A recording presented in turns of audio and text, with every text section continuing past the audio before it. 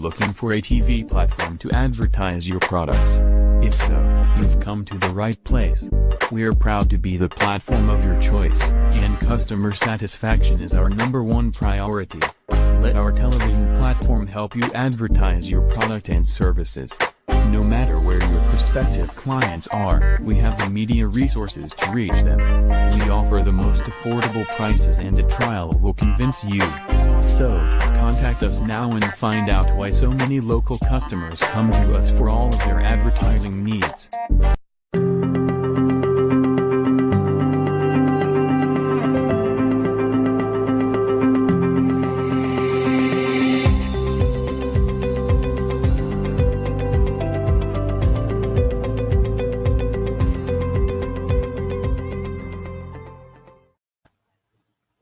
Good afternoon and welcome to the Aidoo show, the show that aims to inspire you, educate you, and join you in living our best lives. This has been a fantastic a week of beautiful weather and a week of shopping for flowers.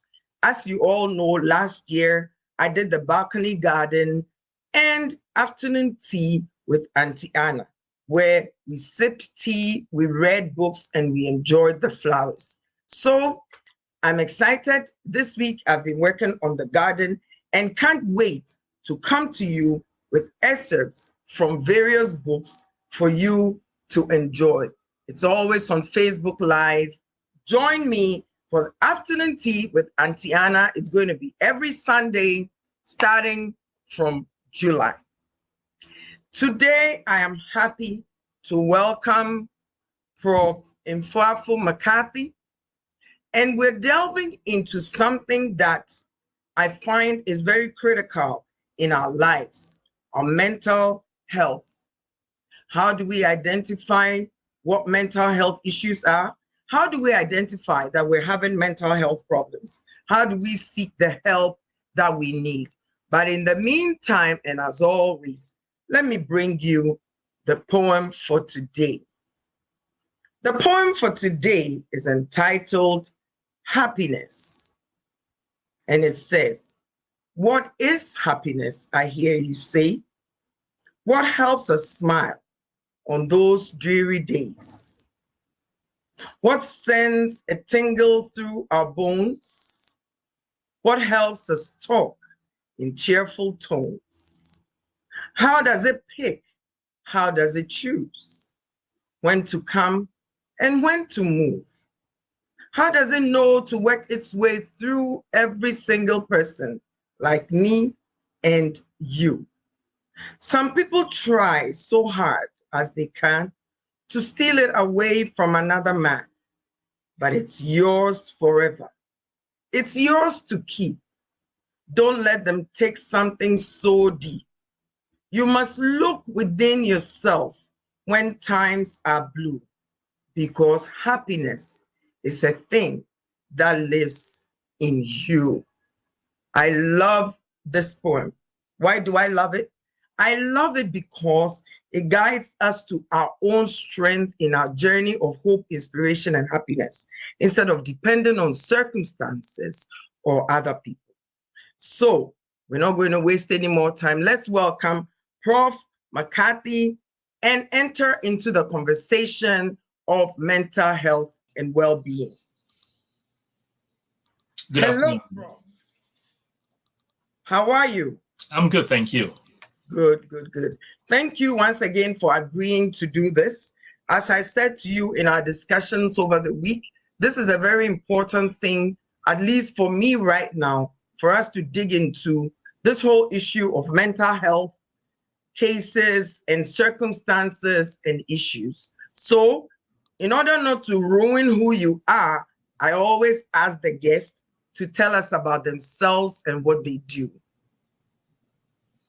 Thank you, Anna, and I appreciate the opportunity to have me here. My name is Magnus Mfoafo McCarthy, and I'm an associate professor at Wilfrid Laurier University at the Faculty of Social Work. And I've been there for the past about 10 years. And my area of research is on community mental health, disability, and also exploring issues of stigma as it relates to mental health as well. My work is solely based on, I do some work in Canada. I did mental health practice in Canada for about 10 years before going into academia. And also I do quite a bit of work in Ghana, and I've done some work in Eswatini, that is Swaziland. Okay. And also maybe my hope is maybe exploring other parts of Africa as well, addressing issues of stigma and mental health, yes. Wow, that is deep. And I'm glad, in all our research, we found a person such as you who has the vast experience across, globally. That way we're speaking to not just a small group of people, we're speaking to a big group of people.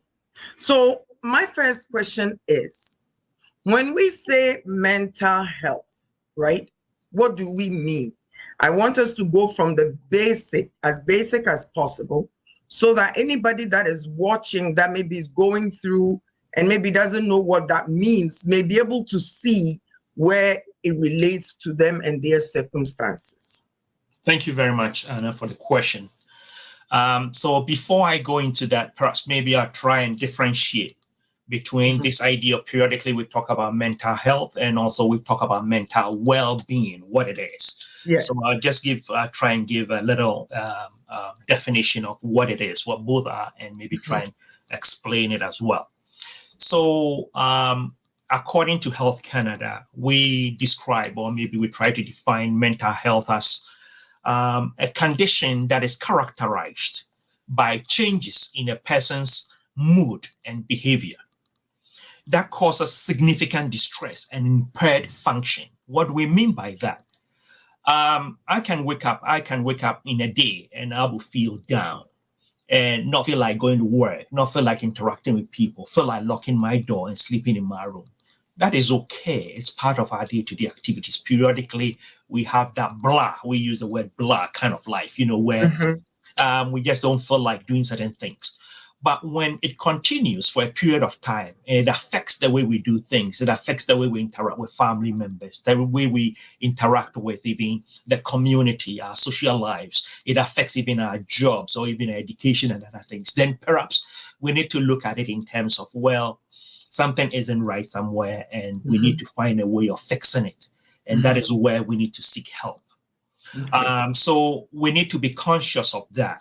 It's not always that we need to be alarmed and say, well, I have a mental health issue. But from time to time, it's worth maybe checking in with a counselor or what have you. I think we can have a conversation with the counseling piece later. And that is what we look at. And also there are certain characteristics, based on, we have different forms of diagnosis. In terms of when we talk about mental health is a broad topic, and we have various aspects of diagnosis where we can have depression. Even under depression, we have manic depression and others, right? And then we have others like anxiety, and then we move on to the serious mental illness being schizophrenia, schizoaffective disorder, and the list goes on and on and on. But there is a criteria that you'd have to meet, So it says, well, if you have A, B, C, D, and you've had it for a period of time, then perhaps you need to consider yourself that. And in the field of mental health or psychiatry, as we put it, the main book that we use, we call it a Bible of mental health. We call it it's called a DSM. DSM right now, I think we use a DSM-5. And that is the book that is used, and it gives the criteria. I mean, everything, the stating the condition and things. If you had it for this number of days or months or what have you, then you fit the criteria. And that ties in with mental health. Now, when we talk about mental well-being is a state of well-being in which one realizes his or her own potential, can cope with the normal stresses of life. You can work productively and fruitfully and be able to contribute to your community. So mental well-being is a state in which you're able to get on with your life. Periodically, we encounter the challenges, the difficulties, and yet we're able to pick ourselves up and we are able to move on. So when you find yourself in that state, that is what we mean by mental well-being. Okay. So in the field of social work, periodically we use this term, we call it homeostasis.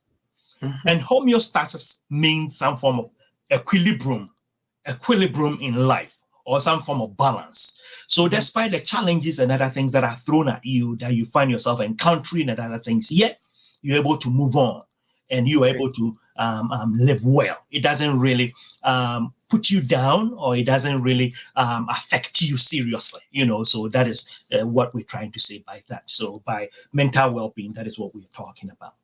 Okay, so from what you said, there's the mental well-being aspect of it, where yes, you're experiencing all these difficulties, but you're being able to function.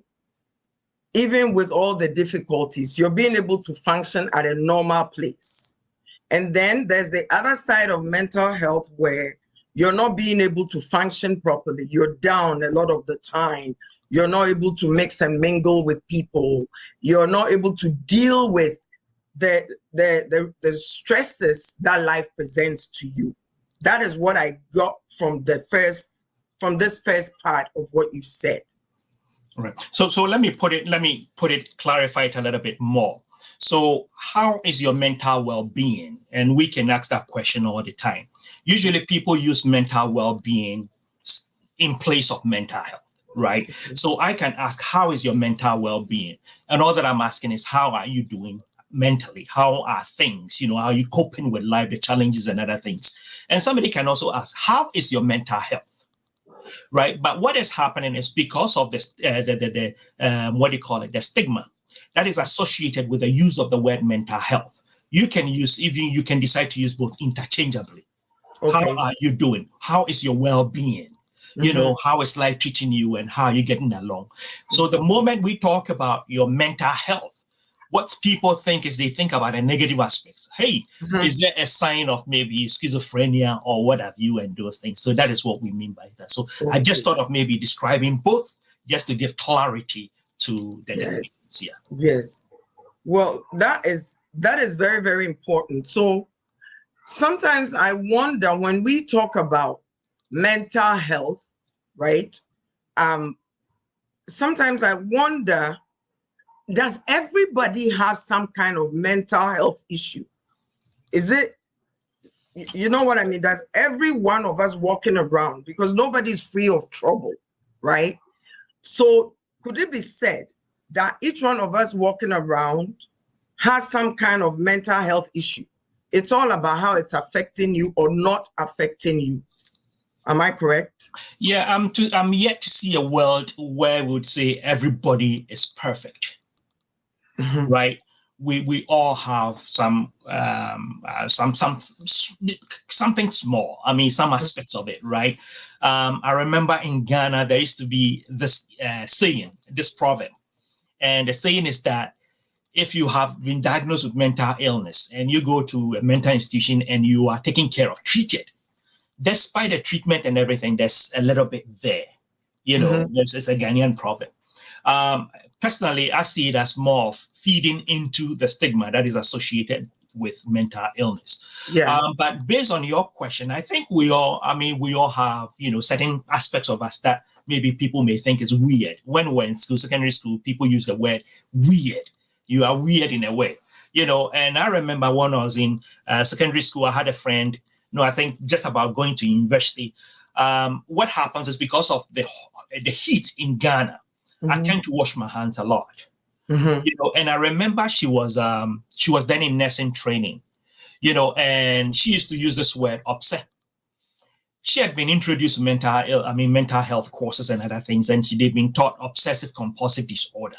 Right. So by me washing my hands on a regular basis, she used the word obsessive compulsive because she felt I was being obsessive and things. But for me, I was washing my hands because of the sweat and things that I felt in my palm. Right. So I think we all have weird ways of doing things, and a little bit of that. But there are certain circumstances that come our way. It could be perhaps maybe because of trauma, because of environment, because of even genetics and other things. It may perhaps maybe progress and make it a bit worse. Yeah. So in other words, we all have a little something in us that we would say is a little off balance. I wouldn't dispute that, honestly. I would think we all have a little quirk, about us, I like that, a little quirk. But it's all just a matter of finding ways to deal with your little quirks, right? And to hopefully not cause any damage to yourself or other people. Brilliant. So you and I coming from the African community, the Ghanaian community and all of that, and you touched on it a little bit with that thing about once you go for treatment, there's a little there, right? We have a way of saying it in such a way that even when you're struggling, you're afraid to look for help, right? Wabodam, mene seke. And the way we put it so negatively. And sometimes all you need is a little help to maybe talk to somebody or to have somebody listen to you. Or sometimes it's just a matter of being truthful with yourself so that you can move on to other things. How do we then deal? And how do you and I find a way to educate our people to understand that it is just a matter of seeking help, understanding, or whatever? What role do we have to play? And with anybody watching who knows within themselves that they're struggling with something, what can you tell that person? Because it's important for me when people watch this to take something away that they can use for themselves. Thank you. Well, let me start from this point. Usually I tell people that if there is a place that is really conducive in providing support with people who've been diagnosed with mental health, I would say it's Ghana. Why am I saying this? I'm saying this because we have a communal society. Mm-hmm. And there have been instances where I've told people that I found myself to be where I am because of the communal nature. There's this saying that it takes a village to raise a child. And the reason being that your neighbor, when he or she sees you on the street misbehaving, may report it to your dad or your mom, and you'll be punished at home. Mm-hmm. So the first 5 years of my life, I attended a day high school, and I had colleagues who used to run away from school around midday to go and watch movies and other things. And I couldn't go because of that fear that a neighbor might see me and report to my dad, and that helped me stay focused at school. Right. So the essence of it is that it's communal, it's community. We take care of one another. However, when it comes to the issue of mental illness, we don't want to talk about it because we see it as a taboo. Mm-hmm. A no-go area, let me put it that way, a no-go area, because we don't want to touch it even with a 10-foot pole. Mm-hmm. And that creates some form of problems in our community. And there are a number of factors why people don't want to talk about it. It's generational.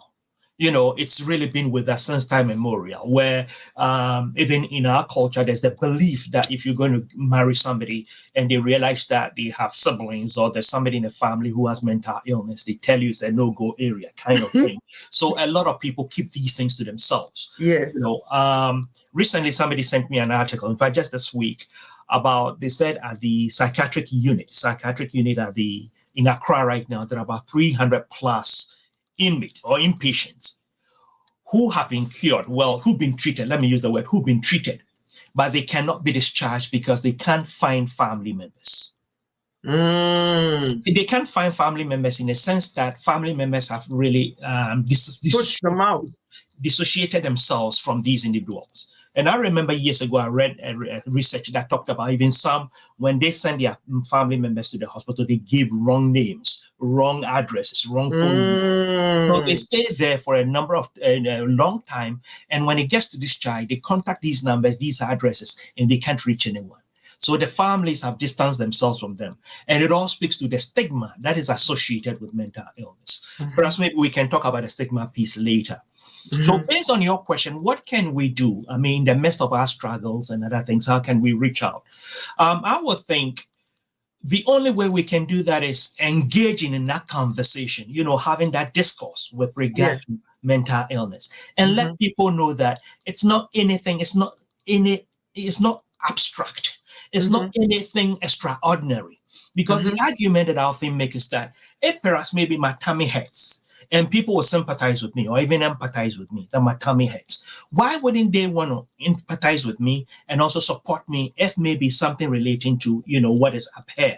And that is the challenge. Those are some of the problems we have, because a lot of people tend to associate mental illness with violence, mental illness with all the negatives that you can think about. So as a result, they distance themselves. I've had people ask this question, whether the clients or the people that I work with, whether they beat me, whether they are violent to me.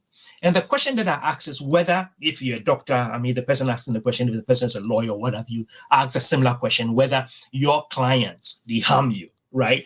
So we need to have that conversation to let them know that, hey, these are people like you and I. We all have our foibles in terms of mistakes and other things. And there are times we may find ourselves maybe experiencing this. But the fact that we're experiencing these symptoms is not the end of the world. What we need is that empathy, that sympathy, that support. Even at times, all that you need is just an ear. An ear, somebody to let you know, hey, I hear you and I can understand what you're going through. Or somebody to accompany you to appointments and other things to let you know that it's not the end of the world. That is all that we need. Because the reason why I use Ghana as an example is the fact that I say, based on the communal nature of society, is that in Canada, it's more individualistic. Yeah. So when you are going through some of these challenges, more often than not, you go through it alone. Yeah. But in a place like Ghana, you have the aunties, you have the cousins, and even the neighbors who care. So we need to start changing the conversation, the tone of the conversation with regard to mental illness. And I believe that if we're able to make that change and start looking at it differently as also part of the body, perhaps maybe we can make an inroad with regard to that. Sometimes, we often talk about he's educated, she's educated, and that he's educated, she's educated, put some of us or some people in a box where we think we have to present a perfect front, right? So that we're hiding behind the PhDs and the masters, and yet we know deep down within that we're struggling. We often like to associate people that are money-wise poor with mental health issues, right? So I have many, many friends and all of that who were all struggling. So what message can you give us? I'm saying us because I struggle, and sometimes I find it difficult to talk about my struggles because I'm perceived a certain way.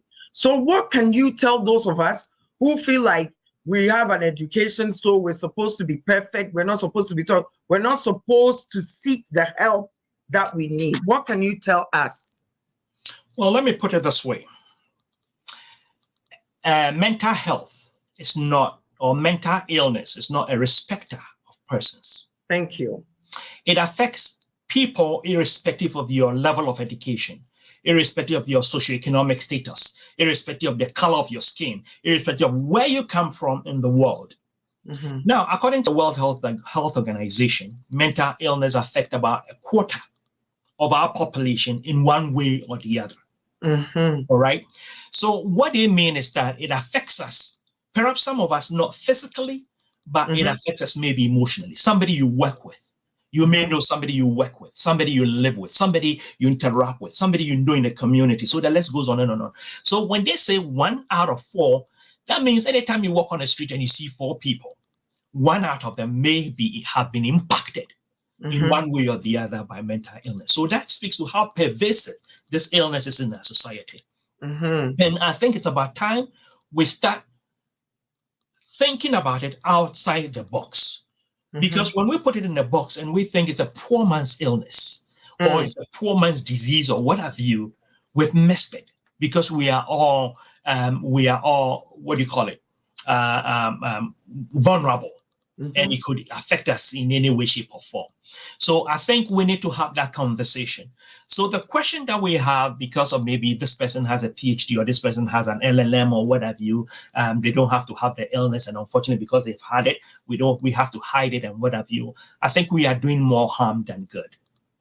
And what we need to do is we need to feel comfortable. And my hope is that as time goes on, we're all going to feel comfortable being able to talk about it and its impact on our lives, because it's really important. It's really, really a serious issue. And I think it's worth having that conversation. Thank you. Thank you. It is truly worth having that conversation. So I want to tell anybody that is watching right now that every last Saturday of the month, Mr. McCarthy and I will be coming to us with a different subject under this topic of mental health so that we can all cope a little bit with life, because life can be difficult, but without addressing the issues that we're all facing. And mind you, this is also for me to help me also deal with some of life circumstances. So I'm not coming at this from a place of an outsider. I'm coming from a place of somebody who needs some kind of help. And that is why I have an expert, so that we're not coming from a place of not knowing what we're talking about. So if you're struggling, every last Saturday of the month, unless the prof is busy or tired, then we have to give him a little break to rest a bit. But if you can give us an example of a challenging situation that we call mental illness, how can one identify? The reason I ask this question is, in North America, I don't know about Ghana, but a lot of times when I see people cause damage or they do something very serious to somebody and they're taken to court or something, sometimes they're let go because they say the person had a mental issue. So please give us an example. I'm just trying for us to understand, to see it with the naked eye so that we can address it before it gets to the place where we cause so much damage to another person. Yeah, usually such cases, they tell them you are found not guilty by reason of insanity. Mm-hmm. And in Canada, the measure of really coming to that conclusion is perhaps maybe during the course of the trial, the accused is assessed by a psychiatrist, a professional, who is able to identify that this person has this illness and other things. It's been used a lot in the Western world, you know, and particularly when you look at the United States, anytime there is that, what do you call it, killings and other things, you know, they associated with mental illness. It's not, from our point of view, perhaps maybe I'm not an expert in that regard, so I can't really say why every situation or maybe gun killings should be associated with it. But I think, I mean, as we're talking about this idea of the homeostasis, you know, the balance or the equilibrium in our lives, we all find ourselves being raised in different environments. It could be an environment of abuse. It could be an environment of perhaps maybe experiencing trauma. It could be an environment where, you know, you name it, the list goes on. And we grow with a lot of this hurt and this pain and other things. And somewhere along the line, it affects us. And its effect can even go to the point of even impacting our thought process, the way we perceive things, the way we interact with people and other things. And there have been instances where some of these, without seeking help, it's led people into committing certain criminal offenses and other things, and the consequence turned out to be a bit, serious. So it's important that we always look out for family members when we think, or maybe when we observe and we feel things ain't right, perhaps being supportive of them and encouraging them to go for maybe see a counselor or maybe have a support system or something like that. With that, perhaps maybe we'll be able to avoid or prevent some of these things from happening. You know, and earlier on you used this word, causing harm to the self or to the other.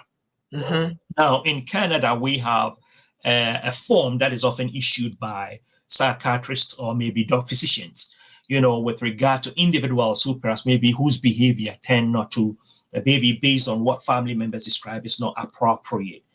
And usually what they look out for is whether the person is a danger to him or herself or a danger to others. And if you can check those boxes that the person is a danger to themselves or to others, then perhaps maybe you can call the police to come in and apprehend the person and take the person to the hospital to be checked for a period of time, you know. So those are some of the circumstances that we have around. Yeah. So when we talk about this whole mental health situation, and I'm kind of zoning in on our African community, because this is where I find, when I first came to Canada, and I would watch talk shows, and people would say, when I was growing up, my mom did this, and when I was growing up, my mom did that, and when I was growing up, I wasn't loved. When I was growing up, I wasn't cared for. I used to laugh when I first came to Canada, and I would say things like, wow, you people are so spoiled. Look at you. You need to move on with your life. And then as I grew up in Canada and started experiencing my own thing and started reading and learning, I realized, oh my God, we are in trouble, right? So in our African community, please help us shed a little light on the urgency, the need for all of us to be quick in seeking the help, in relieving ourselves of this pressure, because I don't think many of us know that the way we grew up, the style in which we grew up, has affected us one way or the other. I don't think many of us know that. So can you shed a light on that for us so that we can help ourselves? It's almost urgent for me. Thank you. Yeah, I think the way we've been raised plays a very important role in who we are and our behavior and how we look at life. We come from a culture where there are certain things that we've learned. So, for instance, this idea of even when you're talking to an older person, you don't make eye contact. I see that's more of a cultural thing, which is okay. But maybe the slightest provocation, you'll be insulted in a certain way, or slapped, and other things. And I think these experiences, growing up in this environment, psychologically affect us. I remember having a conversation with a friend not very long ago who shared this story with me. He said when he was in high school, was it high school? I think either high school or primary school, something, one of those areas. I think SSS, yeah. And he did an assignment and the teacher gave him 68. But when he got his paper and he checked the answers and everything, he realized that he shouldn't have gotten 68. The teacher should have given him about 92 or plus. Better. So he went to the teacher and the teacher looked at it, looked everything, checked everything. And the teacher's response was, do you want me to give you 0? And he said, no, sir. So there, your self-esteem has been impacted in one way or the other. It's short. If I've been this part of the world, the student is capable of challenging you, not in a disrespectful way, but at least letting you know that, hey, and that is how I put it, that we all learn, even as a teacher in a classroom, we all learn. And when you look at things from that perspective, it helps, right? There's another story recently I heard about a kid. This kid is about, I think, 10 years old or something, and she started not liking school. And we're having this conversation with the mother, and the mother said apparently the child was given a homework and she didn't do it. And when she went to school, she was beaten to the extent that there were marks on the children. Now, you've traumatized this kid. And anytime she would associate school with this beating and other things. So imagine the children that we are raising. All right. So it in fact impacts our self-esteem, our mental well-being, other areas of our lives. So it's important. And we need to know something, that words are powerful. What we tell our kids, what we tell our students, the way we address them, and all these things play a very important role. And over the years, one of the things that I realized is a lot of our international students, especially those who are coming to undergrad, for a lot of them, for the first year of their being in Canada or even the United States, they are a bit timid. And struggle. They struggle, and it takes them a while to adjust. And I remember this experience. Growing up, I did my undergrad in Ghana, where I had to, and we were made to address our professors by their titles, and so professor this. And their fear is that if you don't address the person by the title, the tendency for you to perhaps maybe not do well in exam is fine.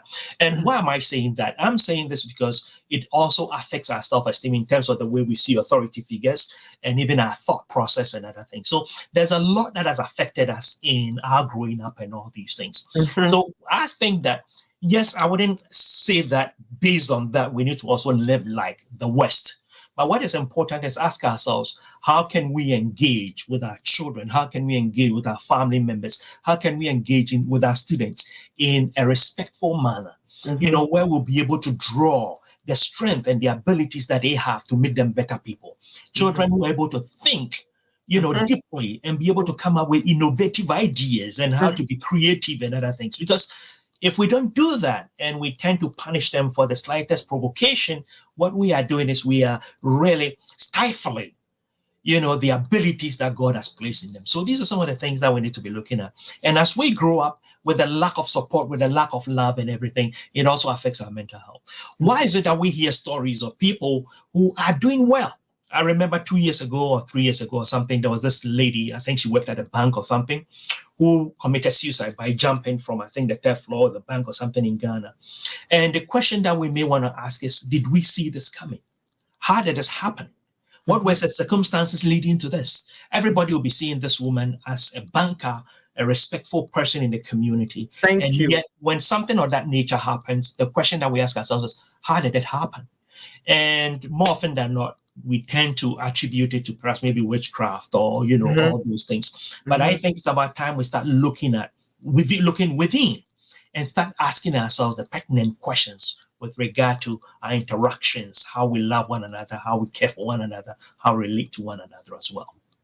So for those of us that have grown up in Ghana under the guise of you don't look at an adult when you're talking to them, when an adult is sitting, you don't pass, this and that and that. This is ingrained in us, right?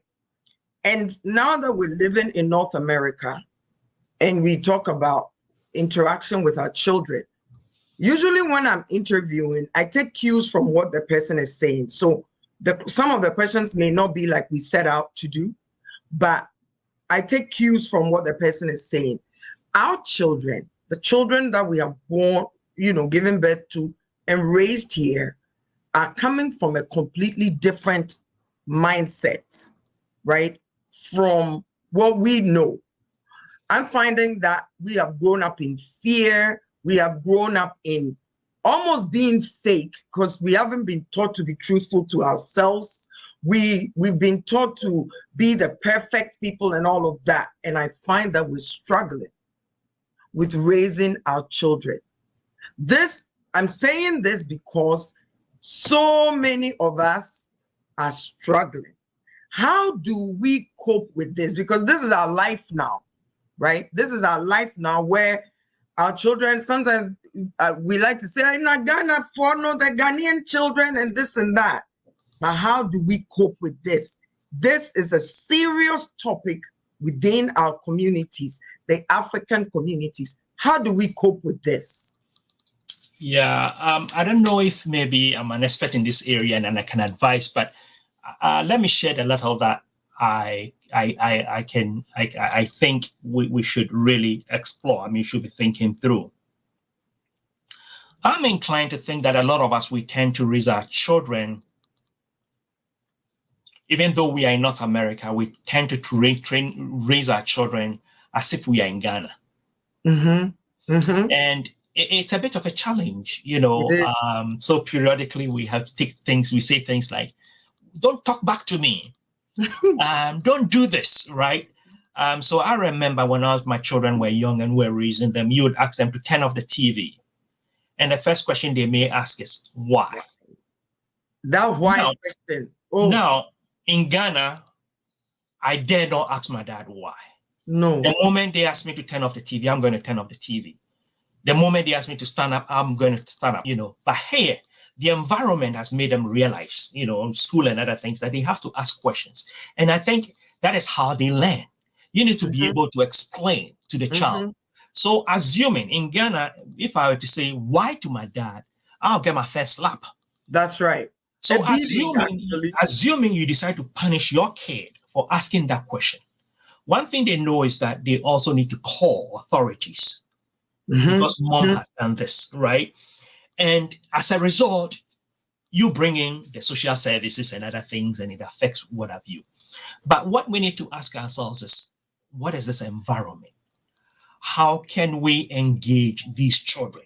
So instead of maybe spanking, we were raised with spanking. So instead of spanking, how can you have a conversation with the child to explain the circumstances and other things? So there are a number of areas, issues that we need to explore so far as raising children in this part of the world is concerned, because the environment is different, the culture here is different, everything is different, right? Education is different. Yes. So it's important that we familiarize ourselves with the educational system, with the environment and everything. And if we're able to explore that, that would help us in raising and engaging with our children. Because if we don't do that, society will take care of our children. Yes. And they will be who they are because they will be going with the flow.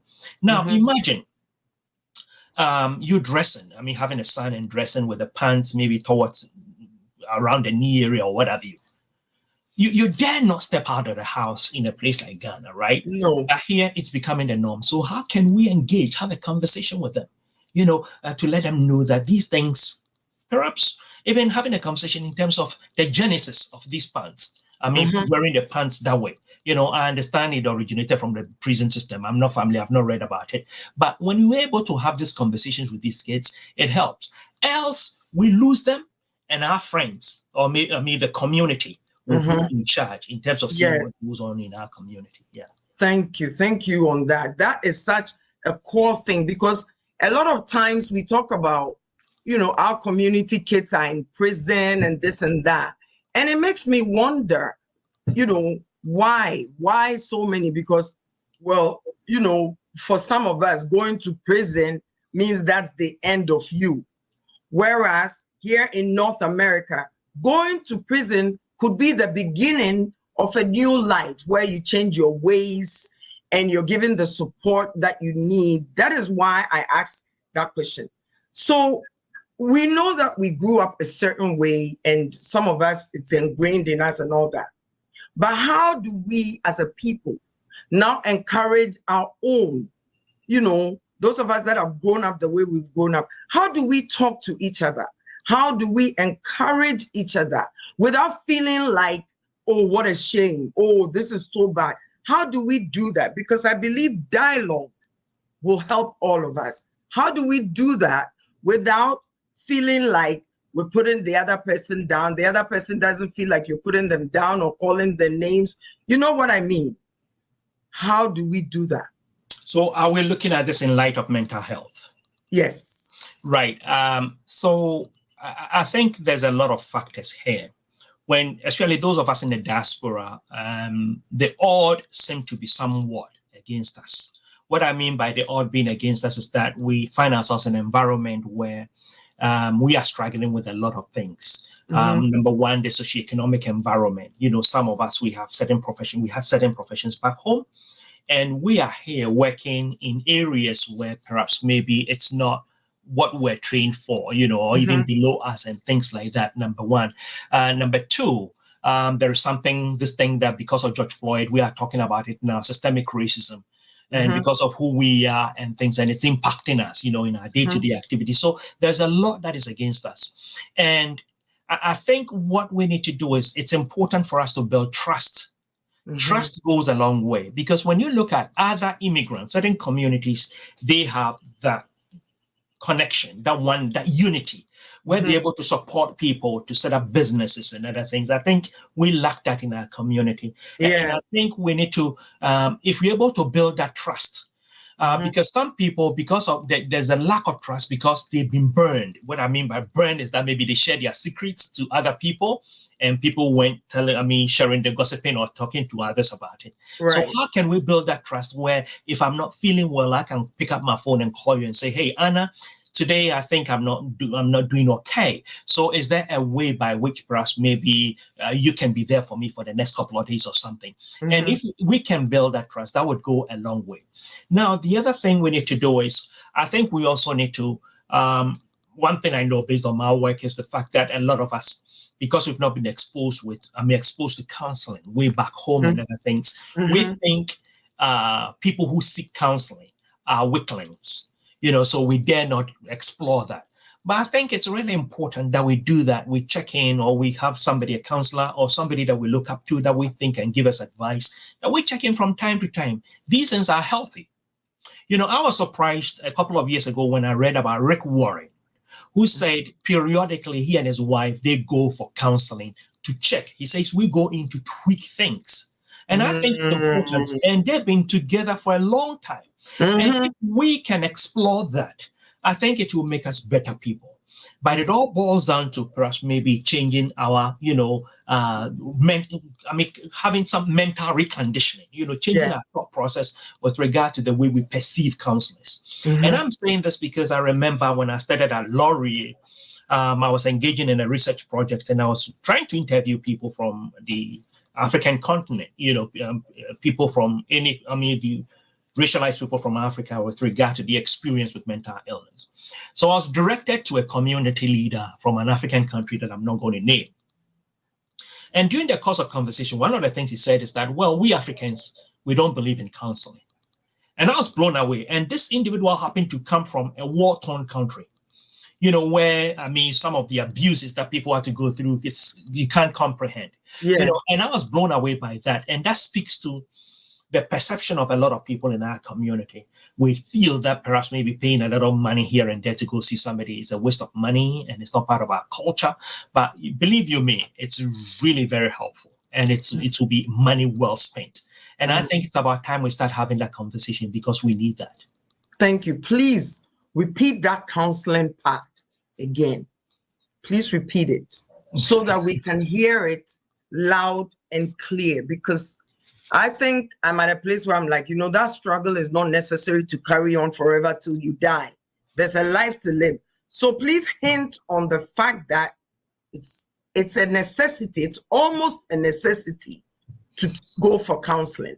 Oh, yeah, it is. And it will surprise you to realize that some of the prominent people that we look up to in our society and other things, a lot of them have been through counseling, and they talk about where they've been and how far they've come and how it's helped them and other things. And I think it's about time we do that. But I think with a lot of us, what we would say is that, well, I'm not used to that. It's not part of my culture growing up, number one. Number two, maybe paying a little over $100 or something. It's a lot of money, and I don't want to spend that. Or perhaps maybe you look at it in terms of, well, it's a sign of weakness. But looking at it, I think I see it as an investment that you're going to benefit, you're going to reap, because it's going to affect your mental well-being, the way you perceive the world and the way you interact with others, and other things. So I'll recommend it. I think I'll highly recommend it. Thank you. It is my hope that anybody listening or that will listen at a later time will, in fact, take the step to seek the help that is needed, so that we don't have to go to the extreme of things, to help ourselves, to help our children, to help community and society at large. So then there's this thing where we say in Ghana, this person is crazy. Like I said before, that person is crazy. So sometimes we hide behind, we put up a front, and then we hide behind walking around with double personalities. Right. Again, for me, it's important that we give people the tools that is needed to release ourselves from such living. Again, help us, tell us something that will help us to know that seeking help doesn't mean we're crazy. Tell us something so that somebody who's sitting there afraid, because it looks like our upbringing has impacted us and has drowned us in fear, so that every step we make or don't make is hiding behind something. Help us release that, please. Yeah, thank you. Hopefully I will be able to share something meaningful. The reason why I'm saying this is that I think it's this idea and our fear of mental illness is so ingrained in our society so much that we always want to distance ourselves from it. And that makes it very, very difficult, right? So I think what is really important is that we try to, I mean, like I said earlier, the conversation, number one, and also the use of words, even to describe people. These days, I tell my students that I feel uncomfortable even with the use of the word crazy or mad. I'll just challenge you to make this observation. Listen to teenagers having a conversation. He's so crazy. You are so crazy, and they use the word just like that. But I think it has a negative impact on people as time goes on, right? Because of the mental illness and things. And as you were asking the question, I was thinking about a study that we did years ago. What we did is we tried to look at newspaper articles. We use the Daily Graphic, the Ghanaian Times, and other newspapers for a 10-year period. I think from 2003 or something to about 2013, I think something like that. And we did a study looking at articles that had been written on mental illness. And we were surprised to realize that almost all of them were negative. They had that negative connotation. A mentally deranged person has killed somebody, and mentally something, and the choice of words, describing them as violent and what have you, the list goes on and on. So when you read these things, even if you have it, you don't want anybody to know that you have it. So you suffer in silence. And that is the problem we have, and that is a challenge because we don't have the avenue in Ghana for us to have the conversation. And I think one area that perhaps maybe we can also have this conversation would be even the churches. But in the church, what I know is we have prayer camps where people with the illnesses are chained. And some of them 24 hours in the sun, in the rain, at night, by a tree or something. When you see something like that, even if you have the illness, you feel uncomfortable coming up. How many of us want to live this kind of life? So the way people have been treated hasn't been fair, and it all boils down to the negativity that is associated with it. So how about changing the narrative and looking at the positives, regarding that, and seeing that it could be me, it could be you. So how do we start looking at people differently, and how do we support them in our society? And I think when we do that, it will be very healthy. Because if I see that, why would I want to go and tell somebody, well, I'm exhibiting these symptoms, and for others to know that I've been through this? And I think it's about time we change that mindset. So far as seeking help is concerned, it's important that we know that we cannot go through this alone. Thank you.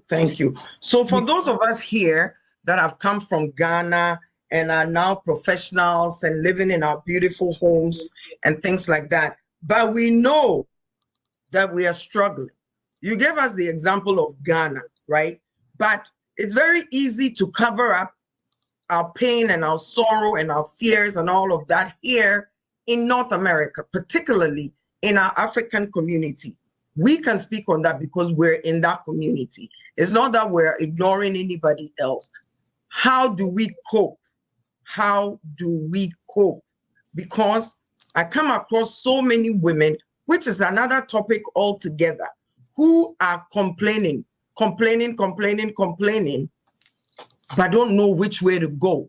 So how do we cope with this? This is right here. Yes.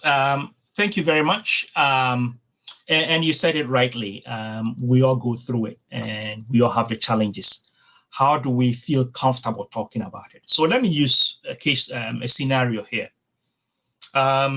Was it early this month? If either early this month or maybe late last month, there is this tennis star by name Naomi Osaka. Yes. Now, Naomi is one of the outstanding tennis players in the world, not in the US, in the world. And she decided to withdraw from the Paris Open or something, one of the tennis games playing and those things. And she cited anxiety, something relating to her mental health. And the media had a field day, poking fun at her and other things. And also, I think she was fined, for withdrawing from this game, because in the world of tennis, having such players draws crowd and brings a lot of money, and those things. But I would say kudos to somebody like Naomi Osaka for realizing that she's human, for realizing that irrespective of the heights that she had achieved, she also suffers from some form of a mental illness. Yes. And hence deciding to take time to seek help. You know, and I think in our community, our environment, the challenge that we all face is maybe, people who use the word, I don't want to lose face. How are people going to see me? How are they going to perceive me? But I think at the end of the day, we need to look at our lives this way. That is not how much or how people perceive you, but it's how much you take care of yourself. Amen. You know, the care, self-care, we call something self-care, making time for yourself. So self-care is not a matter of perhaps going only to the spa and getting the pedicure and the manicure, but also being able to even meet with a shrink, that is a therapist, who perhaps have that conversation and work with you, work through some of these things. So none of us is immune. It could be anybody at all. It could be anyone. You know, I remember years ago, I met a psychiatrist somewhere, and we're having this conversation, and this guy happened to be based in Germany, and he was telling me about, you know, clients that he sees from, numerous parts of Africa. So it looks as the elites in our continent send their, family members abroad for help because they have the resources. They don't want people to know. So all that I'm saying is that, like I said earlier, no respecter of persons, whether finances or what have you. So we are all in this together. And I think it's about time we try to come together and be able to support one another, be there, because we are each other's keeper. And it's important we look at it this way, because if we decide to cope individually, it's going to be difficult. What can I say? We could go on and on, but why give it all out when we could be coming back and tackling the issues one step at a time? I want to say thank you to you for coming, for joining me on this journey. This, I believe, will help somebody. And as we continue to tackle the different aspects of life, I pray that we can have the clarity, we will get rid of our fears and ask for the help that we need. It's like having a toothache, and when the doctor tells you to take Tylenol, you refuse to take Tylenol. You think you're strong because you have to deal with it. Prof, I am honored. I am happy that we've set out on this journey. I know I will benefit from it, and I pray that others will also benefit from it. Thank you, and we'll continue to be in touch. Like I said, please, you structure the journey for us so that we'll be going from one point to another until we all arrive at a place where we're comfortable within our skin, we're happy, and we're living fulfilled lives. Ladies and gentlemen, thank you for tuning in. And again, it's Prof. McCarthy who is working with us to bring us answers, solutions, and things to help us deal with life. It is the Aidoo show, the show that aims to bring you hope, inspiration, and hope that one day you and I will say we have lived our full potential. Stay blessed. Tune in every Saturday from 12 to 1, and every last Saturday of the month, we come together with the Prof for some healing. That's what I'm calling it. Conversations for the soul. It is love from my heart to yours. Stay blessed and be encouraged, be inspired. Thank you, sir. Stay blessed. Thank you.